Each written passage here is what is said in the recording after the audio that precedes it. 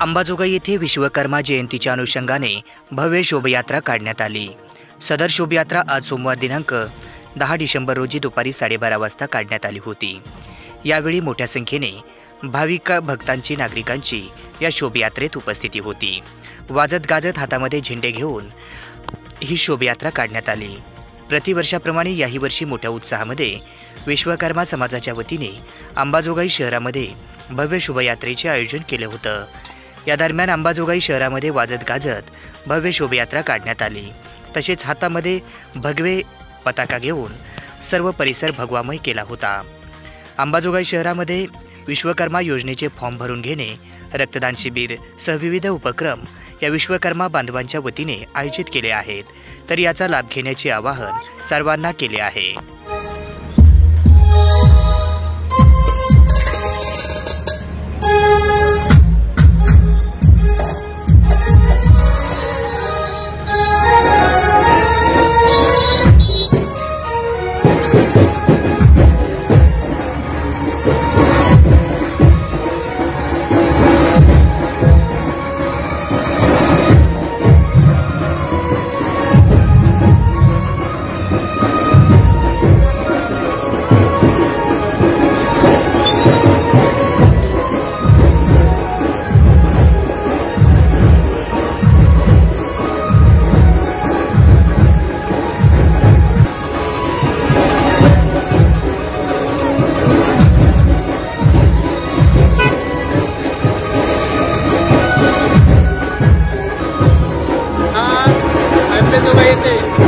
विश्वकर्मा जयंतीच्या उत्सवानिमित्त सर्व समाज बांधव व विश्वकर्मी बांधवांना विश्वकर्मा जयंतीच्या हार्दिक शुभेच्छा।